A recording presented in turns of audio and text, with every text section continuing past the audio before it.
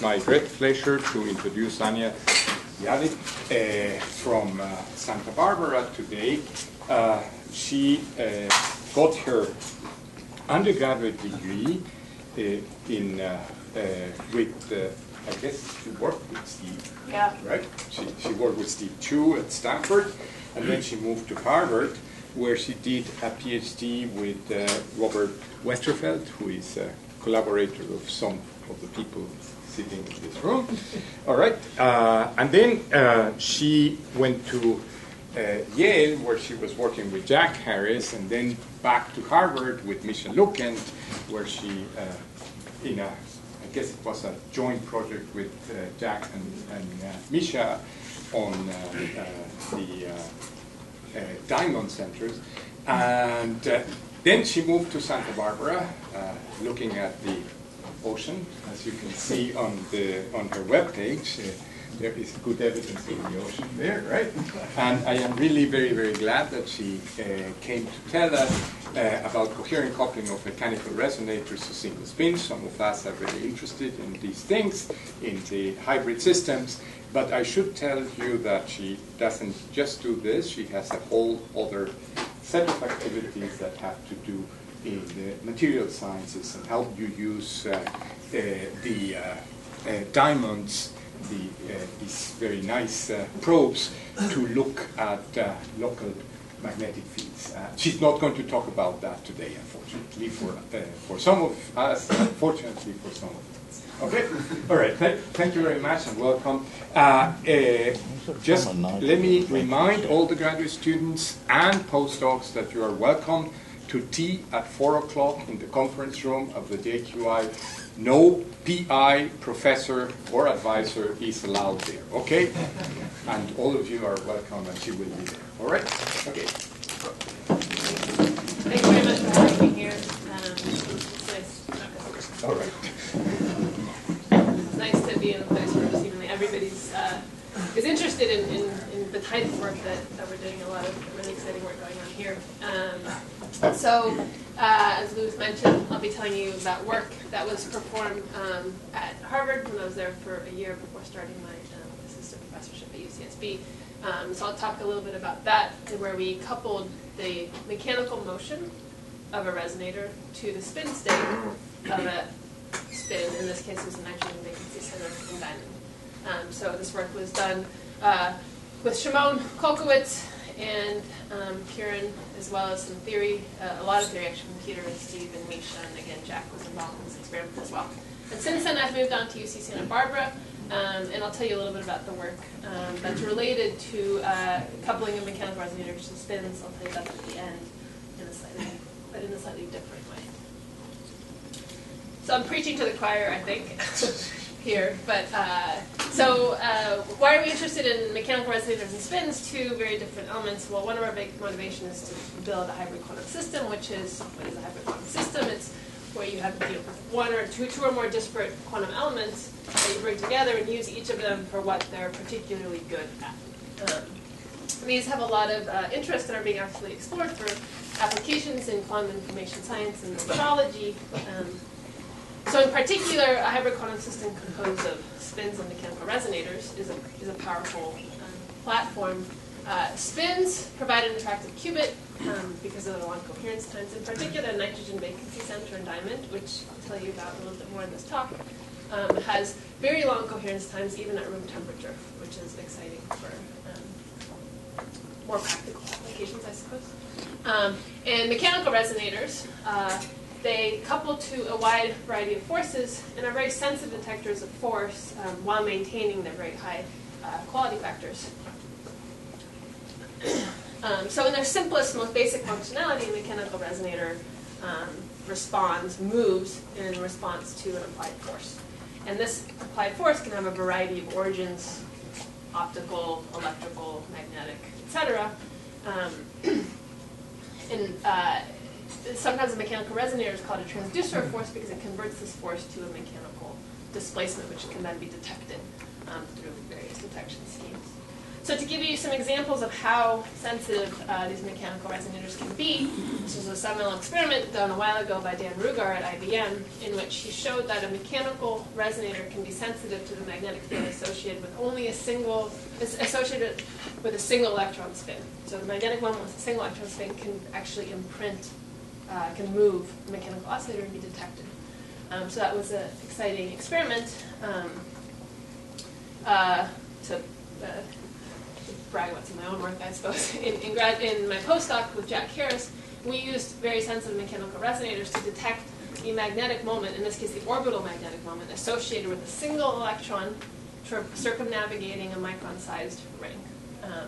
We're studying persistent currents in normal metal rings, and basically you get a current that's associated with just one electron moving around a ring, and that produces a magnetic moment, and that can be detected very sensitively with mechanical resonators, and people had tried doing this before with squids and other mechanical magnetic detectors, but this was sort of the most sensitive way of doing it. Excuse me, how many Bohr magnetons was that? How many Bohr magnetons was that? Quite a few. Let me remember exactly. Our sensitivity was on the order of a few. I'll remember. Our sensitivity was on the order of a few Bohr magneton per hertz, and our signal to noise was on the order of, say, 100. So it was 100 Bohr magnetons. Okay, now we all know for quantum information processing, for quantum computation, there's a sort of simultaneous requirement that you want to have your qubits coupled to each other, but also decoupled from their environment. So spins are a good candidate for qubits because they can be relatively well isolated from their environment, but again, they don't couple that strongly to each other because two spins do not talk through the dipolar interaction is not very strong. It's not very long range.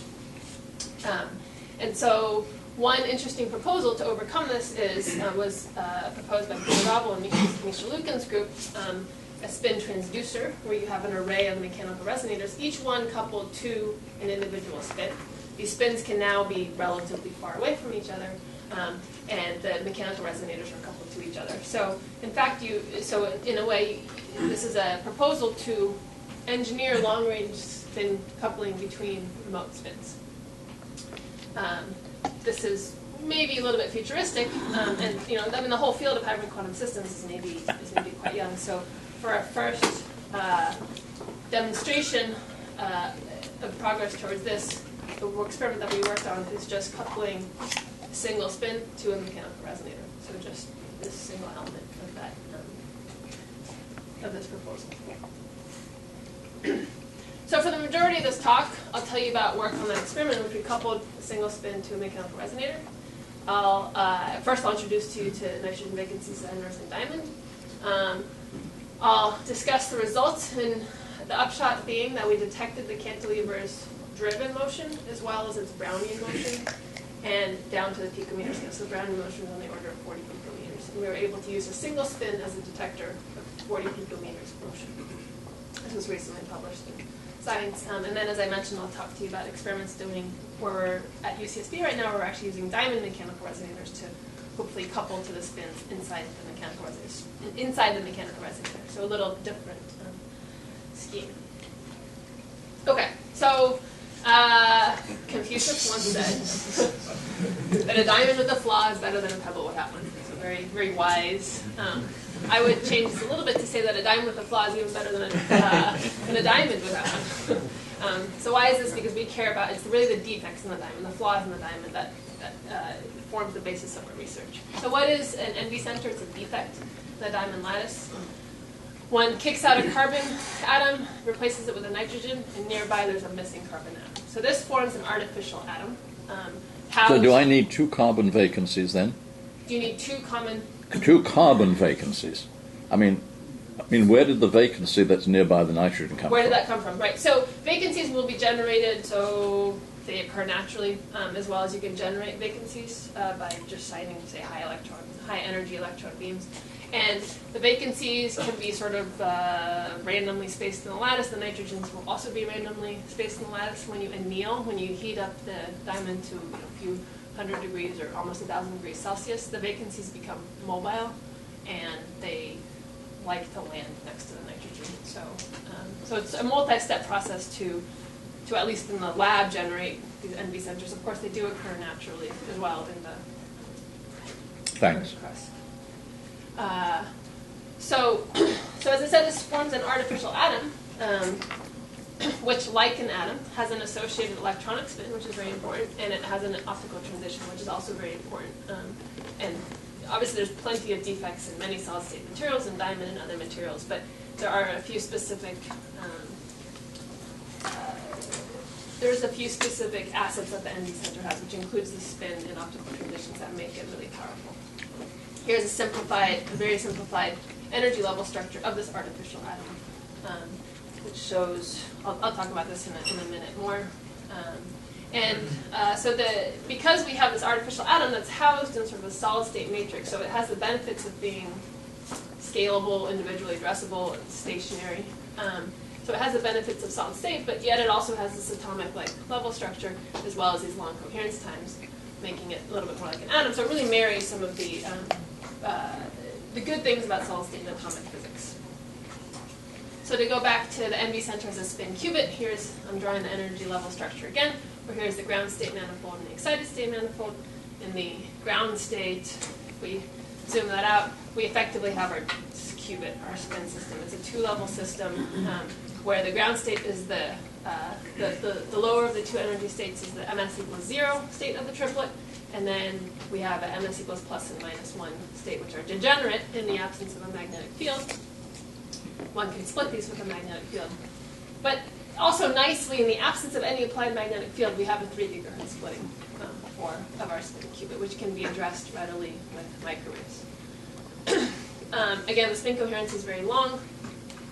And as I said, importantly, these two levels here are split by a magnetic field. And so the fact that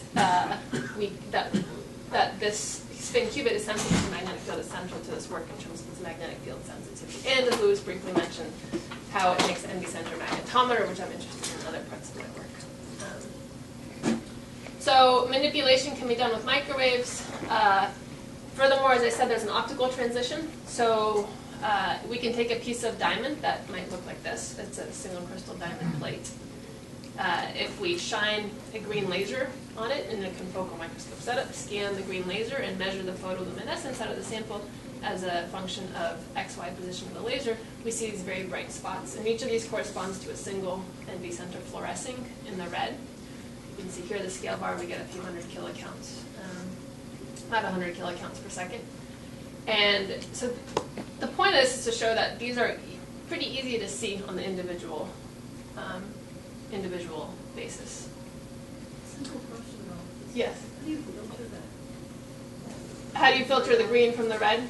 So I'll have a brief, I'll show a sort of an experimental schematic, but effectively we put a dichroic mirror which reflects green and only transmits red. So we can shine green light on our diamond, and then the reflected, any of the green light that's reflected is filtered at a dichroic. Residual green coming through. We have some residual green, and then we have a few more filters that are basically long pass filters. So the NV fluoresces, so maybe the important thing is the NV fluorescence is pretty broadband, but it goes from about 630 nanometers out to about 800 nanometers. So if we can just filter out everything below 630 nanometers in our collection path, then we can isolate the fluorescence from the green excitation. So again, they're easy to detect on an individual basis.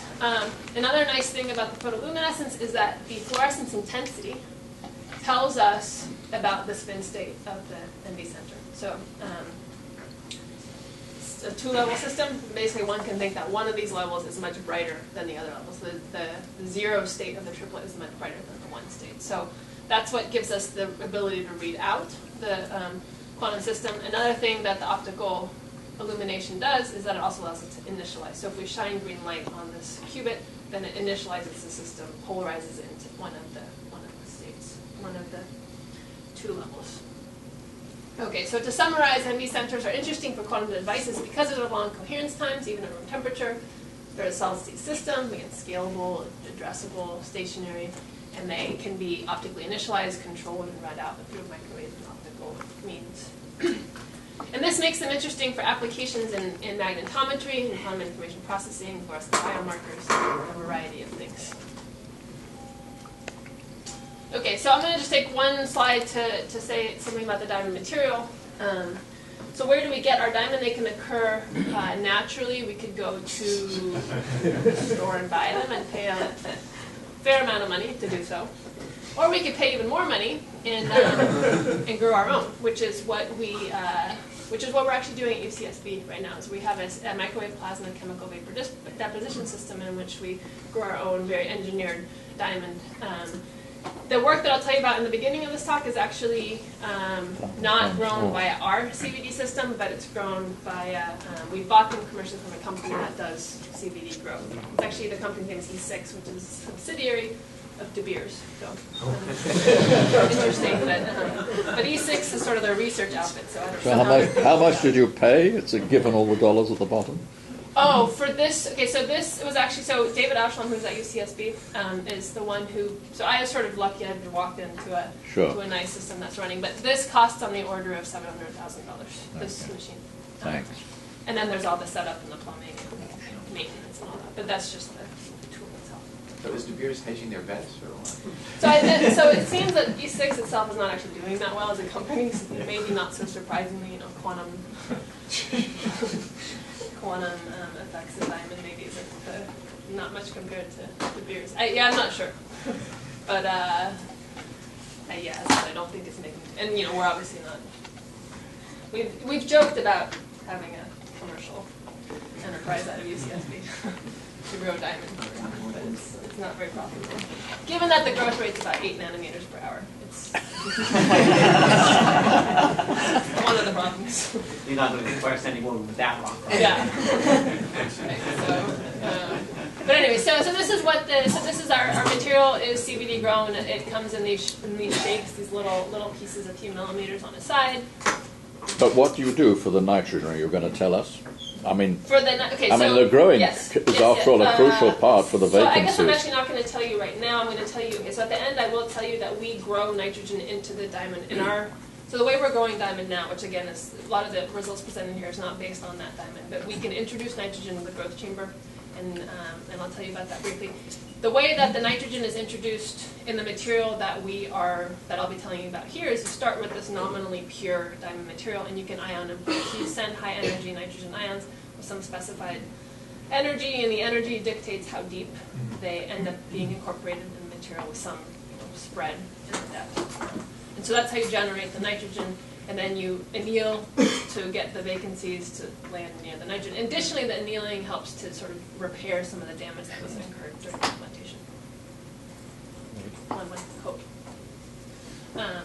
Okay, so as I said, I'll tell you about the sort of building block of the spin transducer in this talk, in which we couple a single cantilever, a magnetized cantilever, to the spin state of a shallow NV center, meaning an NV center that's near the surface, about 10 nanometers below the surface of the diamond.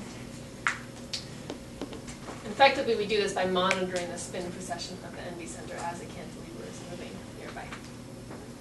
Okay, so what's the coupling mechanism between the spin and the mechanical resonator? It's a magnetic coupling. So here's a schematic. We have a resonator with a magnetized tip.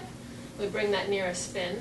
One can write the interaction Hamiltonian as this, where the position of the resonator is just given by A plus B dagger. Sigma Z is the Z component of the spin of the NV center. And lambda is the coupling. So one can think of the spin-resonator coupling as basically a Zeeman shift per vibrational quantum. So this magnetic tip has a field gradient associated with it. As the magnetic tip moves, the NV center sees a magnetic field that's changing. So the gradient of the magnetic field converts the AC motion of the tip into an AC magnetic field. And the NV center is sensitive to its local magnetic field. So this is this coupling parameter lambda, which again depends on the gradient of the magnetic field as well as the amplitude of the 0-point motion, which is A0. And then the Zeeman, the prefactors just dictate the Zeeman motion. Okay, and here's the experimental schematic, which shows how we bring our magnetized tip into very close proximity to the NV center. So we have our magnetic tip on a set of XYZ piezos. This, by the way, was all done at room temperature and in the air.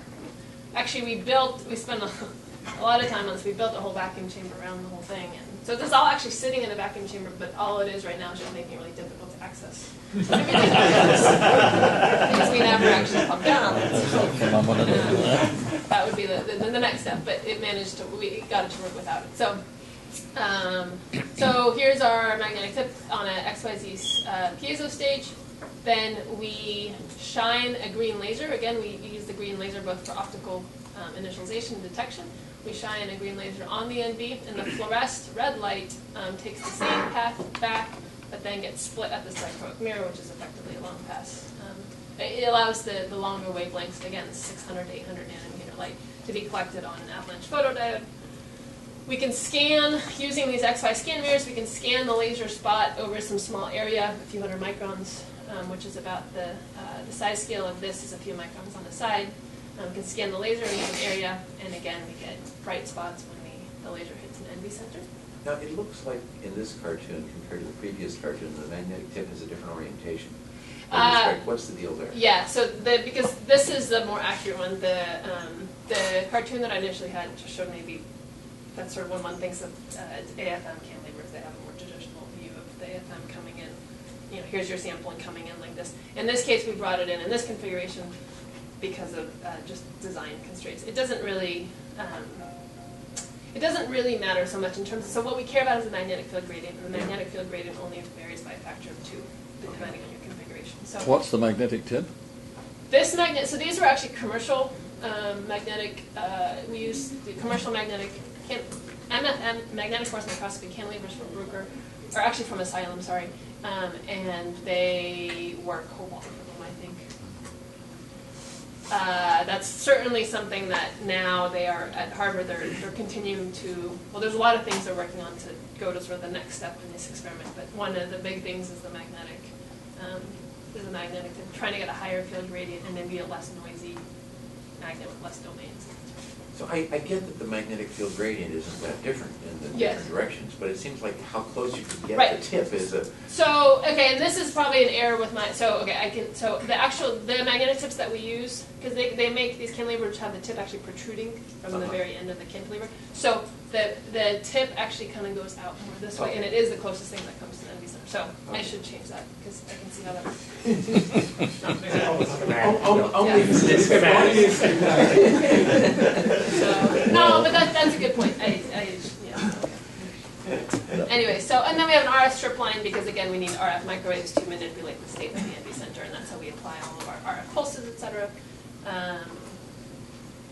Now we can look at the NV centers, but we can focus our microscope objective. We have a high numerical aperture microscope objective here. We can focus that a little bit past the NV center to actually image the MFM tip. This is actually reflected light. So in this case, we take out some of the filters before the APD so we can actually see the reflected green light to image the MFM tip. And in this way, we can get coarse registration of our MFM tip to the NV centers. And that's just a SEM of what our commercial 80 kilohertz resonant frequency cantilever looks like. And here you can see that the tip's kind of near the end. It's quite a big tip, Sorry. isn't it, in fact? So these tips the end of the tip is spec'd to have about a 20 nanometer radius of curvature. That probably changes after you scan for a while. It gets blunter, but they have a pyramidal shape and it comes out to a few microns. Okay, so I haven't really said anything about how one uses the NV center as a sensor of magnetic field. So this is sort of a very basic introduction to that. In the absence of a magnetic field, the NV center level structure looks like this. Again, this is the ground state triplet, which is split by the zero field splitting of about 3 gigahertz. And importantly, again, the zero state is brighter. It fluoresces more photons per second than the one state, and that's what we use to probe the state of the system. So here's a plot taken. This is optically detected magnetic resonance. We drive microwaves. We sweep the frequency of the microwaves. So we drive transitions between the 0 and the 1 state. When we're on resonance, we drive transitions more rapidly. and we get some superposition of 0 and 1 states, and hence the fluorescence intensity drops right when we're on resonance. And so we can kind of spectroscope, using this optically detected magnetic resonance, we can spectroscopically probe the splitting between these two states. Question, the energy level between each ND sensor, how much variation? How much variation is there? So that's a good question. Actually, in terms of strain, so why would one vary from one to the next? Things that can vary throughout the crystal would be strain, so local strain fields, local electric fields will vary that a little bit. And so in a bulk diamond, we see very minimal variation from ND center to ND center. So I'd say less than the resolution of our, in this particular sample that we're looking at, this is not a very, this shows a very broad alignment, but we can get alignments down to the order of a kilohertz or so, and we don't see any shifts between different ND centers in the diamond, less than a kilohertz. Now, if you have a large amount of strain, for instance, if you have diamond nanocrystals, which is one form factor that people use for looking at NV centers in diamond, there you can get pretty large shifts from NV center to NV center, actually, on the order of even close to megahertz or more strain. So temperature will also shift that, but the temperature on this diamond sample is pretty constant, and the temperature coefficient is not huge. So why should I think of this as so broad? I mean, this is getting on for a This is percent. really broad. This one's really broad just because we're shining a lot of RF power, and we're RF power broader in this case. I'll show you at the very end of my talk in some of the diamond samples that we've grown at UCSB. We get line widths that are on the order of like a few hundred kilohertz, 100 kilohertz or so. That's effect. Ultimately, it's limited by T2 star of the diamond, so and that can be up to tens of microseconds. And that T2 star is relaxation between the M states? Is that what that's telling us? Or I don't know if it's energy relaxation, it's sort of phase. It's yeah. it's the phase of an off-diagonal densimeter yes. between the 0 and the 1 of the ground state. Yeah. And what does relax the population? I mean, it looks like things want to be in the 0 state. So ultimately you're limited by T1 times, which are going to be limited by phonons. People have seen using so T2 star is never T1 limited. Sure. But you can use dynamical decoupling to increase T2 star. People have shown that you can see T2s that are eventually limited by T1 at room temperature. Yeah. And that's phonon limited. Something that I'm interested in is it just goes thermally to the ground state, you're saying, because of phonon processes. But I'm just thinking 2.8 gigahertz isn't much in temperature. Oh, you're saying why doesn't everything just why go? doesn't it, you saturate it with your RF, why doesn't it end up half in one state and half in the other, and your resonance is done for? Right. Well, I think in the end, so that those processes, I guess, are slower, or more. The thermal relaxation is slower than these phonon. I mean, the phonon's relaxing more quickly. I guess, maybe. But it wants to go to 0. Yes, in the end, yeah, because it's lower. But I mean, okay. So at room temperature, does it really? I mean, if you were to calculate thermal propagation, it's going to be no. So okay, I see what your question is. Does it want to go to 0? No. So I should say, if you were to measure the population of the states, it's going to go to some equal. It's going to go to some equal superposition. It's not going to go to the 0 state. If you go to very low temperature, yes, it will load the 0 state. But at room temperature, you go to some. So if you start in the 0 state, you're going to go to some superposition of 0. 1 over time. If you start in the 1 state, you'll go to that same superposition. Yeah, and but when you drive it, then you disturb that thermal equilibrium. And that's what you're saying. Yeah, so, maybe the other thing that, so I see. The reason it wants to be in the 0 state when you're off resonance is because we're shining light on it. So it's actually pumping it into the 0 state? So when you're shining light on it, you're polarizing into the 0 state. So, and that's because of some intersystem crossings and some long-lived metastable states, which are more details of the energy level structure. But yeah, sorry, that's why it wants to be in the 0 state when you're off resonance. So when you're off resonance, you're polarizing into the 0 state. When you're on resonance, you're driving it into some mixture of the 0 and the 1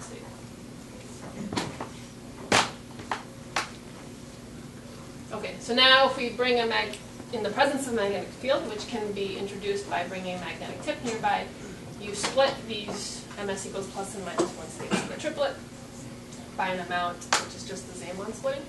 And again, using optically detected magnetic resonance, sweeping the frequency of your RF, you can spectroscopically resolve these two levels. And by looking at the splitting between these two levels, that tells you directly what the magnetic field is. So this is sort of DC magnetometry. Do you have an extra applied DC field as well, DC magnetic field, or an extra externally applied magnetic field? Or the you mean in our experiment or here? Yeah. In here, the field is just in this. Okay, so in this picture, in this plot, the field is just coming from this magnetic tip, and we're just looking at the DC magnetic field because 2.87 is a zero field splitting, and so you can see we have a symmetric splitting, about 2.87. If there was an external applied, oh, I see what you're saying. Yeah, but in this case, this is even if there was a DC field, you would split equally around 2.87. But in this, for this plot right here, there was no DC applied field. For the rest of the plots that I'll show you, we did often apply an external DC field. For reasons, okay, maybe I'll go into those reasons why. And so now we can use the NV center as sort of showing that it's a magnetic sensor. As we bring a magnetic tip closer and closer to the NV center, the magnetic field that the NV center feels due to this magnetic tip is increasing. And so here these 4 plots, electrons, these ESR plots, show the increased splitting as we bring the magnetic tip closer and closer to the NV center. Again, just showing that the NV center is acting as a magnetometer. One can do this, that was in 1D, one can do this in 2D. One can scan the magnetic tip in a plane above the NV center and map out the magnetic field felt at the NV center at every position of the tip and get sort of a field profile of the magnetic tip. So this shows you that, again, the NV center is acting as a sensitive magnetometer with very good resolution because it's small. But another important thing that one can glean from this plot is the magnetic field gradient, which is important, as I mentioned, because the magnetic field gradient is what converts the AC motion of the tip to an AC magnetic field, which is what the NV center is sensitive to, AC magnetic field. So we, with these commercial tips, we got on field gradients on the order of 10 to the 5th, although we generally tended to operate in a lower field gradient regime of about 10 to the 3rd. I should say a few times 10 to the 3rd Tesla per meter is about the magnetic field gradients that we are working in. Okay, so I mentioned to you about DC magnetometry just by looking at level shifts of the ESR splitting.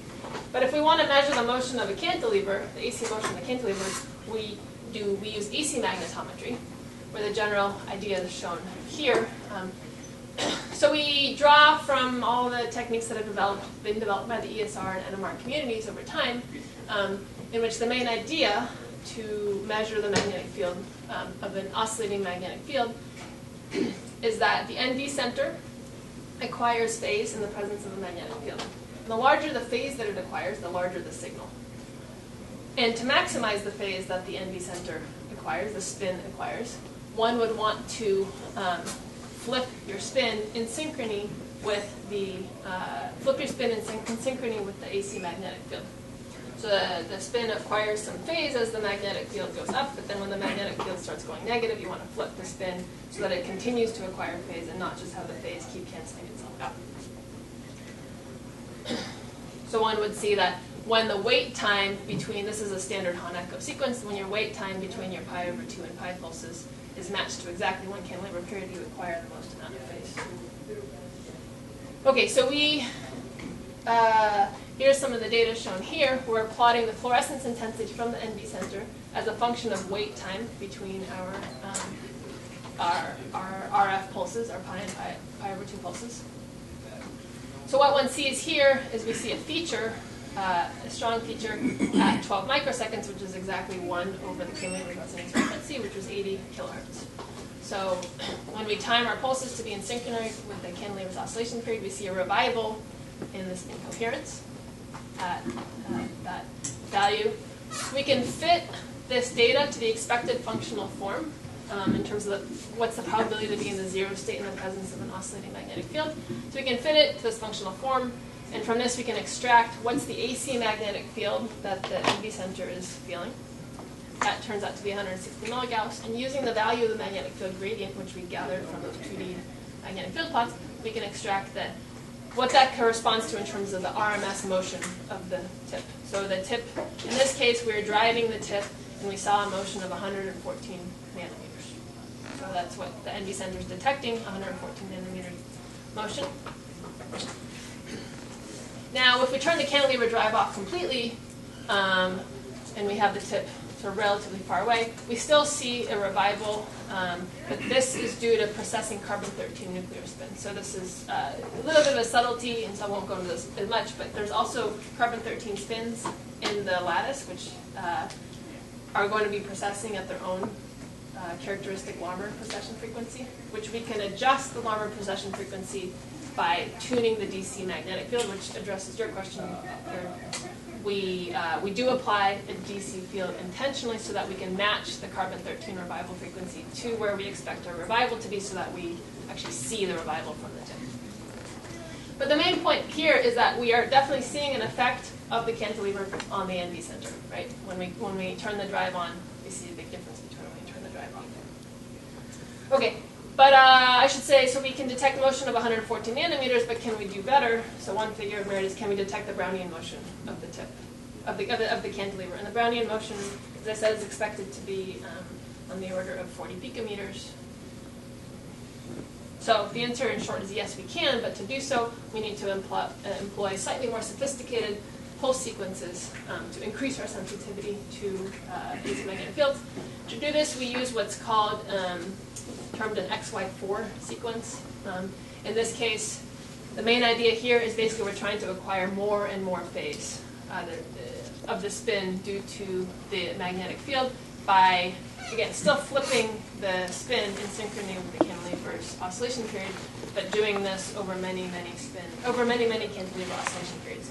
So not only does this allow us to acquire more and more phase, allow the spin to acquire more and more phase in the presence of an AC magnetic field, these pulse sequences also serve to increase the T2 time of the NV center by reducing the decohering effects of low frequency noise. So it allows us to measure for longer as well. And so again, just to schematically show what's going on, if we plot sort of on the block sphere, on the XY plane of the block sphere, how much phase we're accumulating. As the cantilever moves in one direction, we acquire some phase. Then as the cantilever moves to the other direction, we quickly flip the spin, and we continue to acquire phase in that direction. And every time we acquire more phase, so that we're in the block sphere, we keep increasing the phase of the spin. Okay, so we use these pulse sequences, and now we turn down our drive even further. So in this case, we drive with 150 microvolts. We look at the fluorescence as a function of time. Here I've only zoomed into one small time segment. We see a feature at about 6 microseconds. If we decrease our drive further, we still see a feature. We turn off the drive completely, and we still see a little bit of a feature. Okay, so in this case, so showing us that we are in fact seeing something due to the cantilever, even though we're not driving it. So that could be Brownian motion. So let's look at that a little more quantitatively. So we can, again, fit these curves to the expected form, and knowing the magnetic field gradient, we can extract the amplitude of motion for each of these curves. And I plot that motional amplitude in picometers here. RMS meets root mean square motion in picometers as a function of excitation amplitude. So the black data is the experimental data, and the green line would be the expected motional amplitude if you just expected driven motion. So you're just driving the cantilever with some voltage, and that corresponds to motion of the cantilever. And one would see if you stop driving the cantilever, that would go to 0. However, you know that if you aren't driving a mechanical resonator in the absence of any drive, it's going to exhibit normal Brownian motion. It's still going to be moving a little bit. So if we include that small amount of Brownian motion into our model, so if we plot the expected signal due to driven motion and 40 picometers of Brownian motion, we get this red curve. And note, there's no free parameters in this. We can measure the Brownian motion independently just in the standard interferometry measurement. And so we get this red curve, and we see that the data very well overlaps with the red curve, therefore showing that Brownian motion really is necessary to, we need to incorporate Brownian motion to explain the data. Or Do you pump on it? Sorry? Do you pump the air away? No. So It this should is, go away, shouldn't it? it's all room temperature. this is room temperature. No, even in the absence of, you would still get, so the Brownian motion will still be present in the absence of air because you're still thermally linked to your room temperature through the cantilever effectively. What would happen if you pumped out is that you would have a more narrow, your Brownian motion would have a sort of more narrow resonance spectrum. So if you just plot it, the motion of the cantilever as a function of frequency, you'd see a very narrow peak. But the overall integrated area under that peak is going to be constant because that's just set by temperature. So it's really just the thermal motion. This is thermal, yeah, Brownian thermal motion, yeah. So if you wanted to see this go to 0, then you would cool down. And then if you cooled the whole thing down, then you'd see the motion eventually not totally go to 0. Now, it seems to me that the, at least when you showed the Hahn-type sequence, that you really need to know what the phase of the drive is in order to know where to switch things. So when you're... With respect to a cantilever drive. Yeah. But when it's thermal, then of course you don't know the phase. Right, so, How does it okay, work? so that's a okay, so yes, you don't actually need to know the phase. So if you know the phase, you do a little bit better in terms of you can phase lock your, maybe I'll just show it on here. I mean, Well, I what- guess maybe what I'm showing here, you can, if you know your cantilever, if you can phase lock your cantilever's motion with your pulses, Right. then you get a bigger signal. But in the However- first picture, you definitely didn't phase lock. Right, Go and that back. was sort of almost intentional. Yeah, I presume. Yeah, this is almost intentional. So you will still certainly see a signal because even though the average magnetic field that you'd be measuring is 0, your variance in the so- magnetic field is non-zero. right, And so you if can you don't- tune your pulse sequence to be sensitive to either the variance or the mean. And basically, it just depends on if this is an X or a Y pulse in the very end. Depending which direction you project, you can be sensitive to the variance or the mean. And so for the random motion, for the Brownian motion measurements, we chose our pulse sequence to be sensitive to the variance of the magnetic field, not the mean. So if I'm understanding correctly, the point is that you can, by choosing your phase right, you can optimize things. But by Yes. choosing your phase wrong, you can see nothing.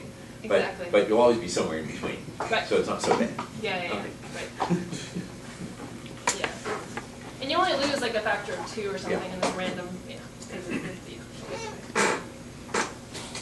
Okay, so we can, so basically this kind of shows that we're sensitive to Brownian motion. We can, one last thing we did is increase the number of pulses in our pulse sequence to make us even more sensitive to Brownian motion. And here we can plot, again, the intensity as a function of precession time without the tip and with the tip present, but not driving the tip. And between this plot and this plot, one sees a big difference. One can, again, fit this data to extract the amplitude, the RMS amplitude of the Brownian motion. And again, we get 40 picometers in an independent interferometric measurement. We also got 40 picometers. Again, there's no free parameters here, and we also get the frequency of the oscillator is very well fit to the independent measurement as well. So, in summary, for this first part of the experiment, that first part of the talk, we have used quantum coherent control. Again, we use this control in terms of the always dynamical decoupling pulse sequences to detect picometer scale motion of the resonator. And using these techniques that we developed and some realistic improvements, which include low temperature operation, cantilevers with higher Q and higher field gradients, and V's with longer T2s, it should be possible to achieve the sensitivity required to detect actually 0-point motion of the cantilever. And it also looks possible to reach the regime required for spin transducer action, which in sort of the more quantum optics language is getting to the regime of the cooperativity is greater than 1. So this is what the Harvard group is continuing to work on now, and we're making good progress towards that. And so the NV mechanical resonator system is exciting that it may enable long-range spin-spin coupling. So I'll tell you really sort of briefly about related work that I'm doing at UCSB, in which case we're making diamond mechanical resonators. So here, the idea is to have a mechanical resonator with a spin inside the resonator. So say the location where the strain is large, that's where the strain is going to be. In a singly clamped beam, the largest strain in the crystal is going to be generated at the base of the cantilever. And one can imagine getting mechanical coupling to the spin through this strain coupling. Another reason we want to make diamond mechanical resonators is for MEMS and ultrasensitive force detection. So two things here. One is, as I mentioned, mechanical detectors are very sensitive detectors of force. And people have, Dan Rugar here, use silicon cantilevers. There's a big push to try to make higher and higher quality factor mechanical resonators. And one of the areas to explore is new materials. Okay, so diamond is expected to have a very, potentially very high quality factor just because it's such a tightly bound carbon lattice that's very inert, etc. And additionally, diamond, initially having a high quality factor, it also has these integrated spin centers, which could then generate this type of system.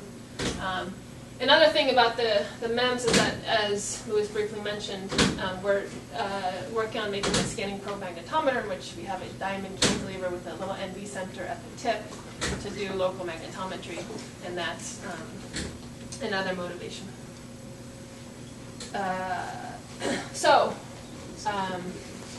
Is it time for me to end? No, we were just. It's time for the banging to end. Oh, I'm close enough. So okay, diamond resonators, I say it's sort of a new material. I mean, diamond's obviously been around for a while. Why have people not made diamond resonators? Well, they have made diamond resonators in polycrystalline diamond. Because polycrystalline diamond can be grown in a heteroepitaxial fashion, it can be grown on other materials, and then for one can have a sacrificial layer and make diamond suspended mechanical devices. People have also used a promising technique. It's called a subsurface ion damage technique, where they start with diamond, they implant high energy, they use high energy ions such as helium or carbon to make sort of a subsurface damage layer, which then can be electrochemically etched away. So there have been demonstrations of mechanical resonators in these types of diamond structures. However, neither of them exhibited very high quality factors, and the optical properties were also not so great. Not to say that they can't be improved. So we took an alternative approach. As I said, ideally we'd like to get to the position where we have, in analogy to silicon on the insulator, you have a thin layer of silicon on top of oxide on top of a thick handle of 500 micron thick silicon wafer, but instead of having silicon on the top, have diamond. Okay. Easily said, but how do you do that? Again, we can't grow diamond heteroepitaxially, and we want to make this kind of thin film of diamond, which is a micron thick. So how do you get a micron thick film of diamond? We talked to some people at UCSB in the electrical engineering, and there's a technique called oxide bonding where people use this to make microelectronic transistors, bonding indium phosphide to other materials, for instance. But the idea is that silicon dioxide makes a very good bond with itself as long as the two oxide surfaces are very clean and smooth. So what we did is we deposited some oxide on the diamond, thermally grew some oxide on silicon, and then made a bond between the two oxide layers, and then we can thin down the diamond. So we start with 20 micron thick pieces of diamond, and then we thin down the diamond to the desired thickness, which can be, for the cantilevers, on the order of micron, but you can go down to a few hundred nanometers. This also has a lot of interest for diamond photonics, because a lot of times if you want to make photonic crystals out of diamond or any kind of photonic devices in diamond, again, you want a thin layer of diamond. How do you thin the diamond without hurting it? Right, so you thin the diamond using, so without hurting it to, okay, it depends what you care about. If you care about the properties of the NV center, there's different etches that can, this is a whole, actually we spent a lot of time thinking about that. But in summary, we use argon chlorine as to thin the diamond, which leaves a very smooth surface, actually. In fact, it smooths the surface. If you start with a rougher surface, it can smooth it. So argon chlorine is good at that. It's slow as well. The etch rate's about 1 micron per hour. So we etch for about 18 hours. And oxygen, and a faster etch is O2 etch. And the oxygen etch is nice because it leaves an oxygen terminated surface, which is good for the NV center. The NV centers don't like the argon chlorine termination, so it's some combination. We kind of alternate the two, but it's basically argon chlorine and oxygen. So yeah, a lot of maybe mundane time has been spent in my lab going through a lot of these issues. So why are the oxides so favorable for the NVs on the surface? You have currents or something? Why is the oxide? So basically, it has to. So the reason why it's favorable is because the NV center can be in two states. So when I talk about the NV center, I'm talking about the negatively charged NV center. So there's an extra Oh, it's electron charge. that's... It's all about charge then. Yeah. The NV0, if you have a hydrogen terminal or some other termination, you can get a lot of charge instability and not have the NV center that you want. So we were able to make this sort of diamond on insulator structure. We can pattern the cantilevers and release the oxide and HF edge to get diamond cantilevers. And these are single crystal diamond cantilevers. And the nice thing is these have experienced less damage than other techniques in the past that have been used to make these kind of structures. So here's a cross-sectional SEM picture where we see this thin layer of diamond. This is about a micron thick on top of our 1 micron of oxide on top of silicon. So we see we have a nice bond. And this shows some SEMs of the cantilevers that we've made. So we've etched the cantilevers into the top diamond. We've etched down to the oxide here. Then we can release the cantilevers, and here is they're released over, in this case it's released over a silicon substrate. So there's, this is a mechanically suspended device. Now we can measure the mechanical properties of these cantilevers, so we can measure the resonant frequency, their quality factor. So here, what I plot is we drive the cantilever piezoelectrically. So we apply a voltage to a piezo, which drives the cantilever. We can sweep the frequency of the drive and look at the amplitude of the response, of the motional response. And so we see a peak that's centered at the resonant frequency of the cantilever, which in this case is about close to a megahertz. We can measure the quality factor. We can look at the full width half max, but a better way to measure the quality factor is doing a ring down measurement. So at room temperature, we can drive the cantilever, turn off the drive, and measure the amplitude of the motion as a function of time after we turn off the drive. And we get an exponential decay, which tells us about the quality factor, which in this case is over 300,000. So this is pretty exciting, given it's our first attempt at making silicon diamond single crystal cantilevers. Have pretty high quality factors at room temperature. So this was published recently in APL. And then what was the silicon oxide layer thickness? So how far is it above the silicon? In this case, it's a micron. Micron. So We're now making it thick because actually for the strain measurements, we want to drive the cantilevers pretty hard. And so we are actually hitting the surface. And so now we have thicker 3 micron layers. Yeah. How does that compare to the Q of, say, the cantilever from the other experiments? Yeah, so for instance, in Dan Rugar's experiment, their silicon cantilever at room temperature was closer to 100,000 or less Q. So I think this is very good in terms of silicon. But maybe singly clamped, if you want to talk about high Q factor mechanical devices, singly clamped cantilevers might not be the best system that you want to look at anyways. So silicon nitride membranes, where you have stress in the membranes, those. If you really want to talk about like optomechanics, you would probably want to design a different type of mechanically suspended device. Because silicon nitride membranes, for instance, at room temperature can have Qs in excess of 1 million. But it's kind of what's your figure of merit. Right now I'm just presenting Q, but sometimes it's your FQ product that you care about, or sometimes it's the thermally limited motion, your thermally limited force sensitivity. So. But compared to sort of like Dan Rugar's experiments, these are very close, if not a little bit better.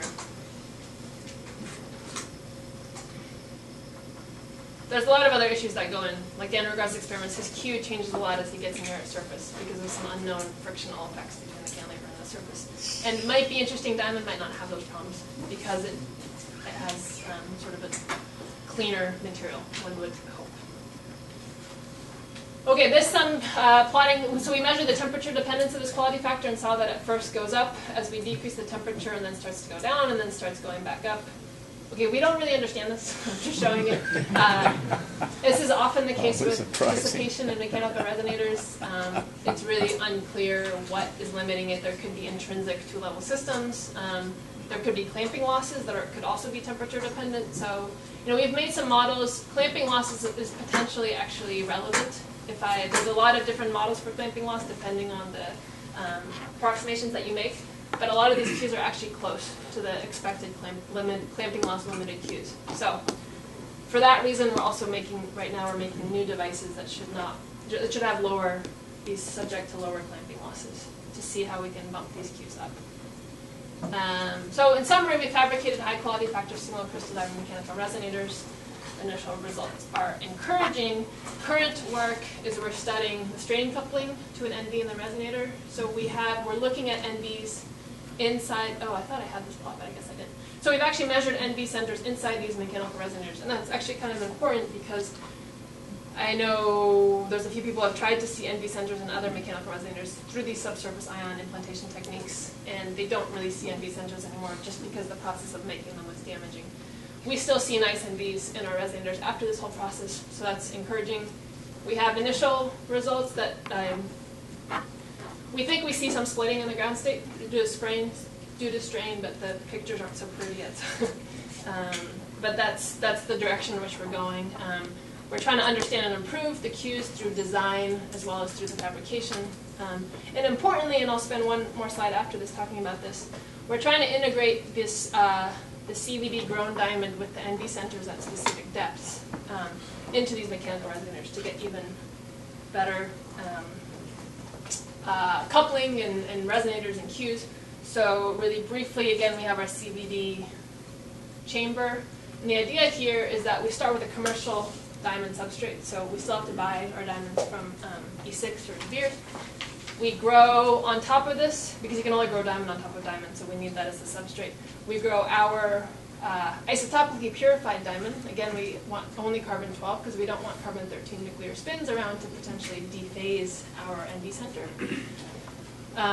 We introduce this seeded layer of nitrogen at some depth below the surface, which is just dominated by the thickness of the cap layer that we grow on top of that. So again, just to point out that this was really David Oshlam at UCSB really got this setup up and running. He has a materials student who spent a lot of time on this, and they've really brought this up to the point where it's really growing, research quality diamond better than what we can get. And it also allows us to really tune the depth of the NV centers, as well as the purity of the diamond and a few other things. So what is the purity of your carbon-12? I think there's 99.39 or something like that on that, I think, at the end. So we do actually see, we can still see some occasional carbon-13s, though, because the NV center is a very good sensor of magnetic field. Mm-hmm.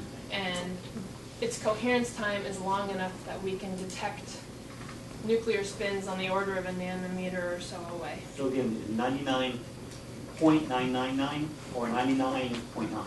No, I think there is... 3 nines or 5 nines. Well, what's relevant is the separation that you're going to finish up with, isn't it?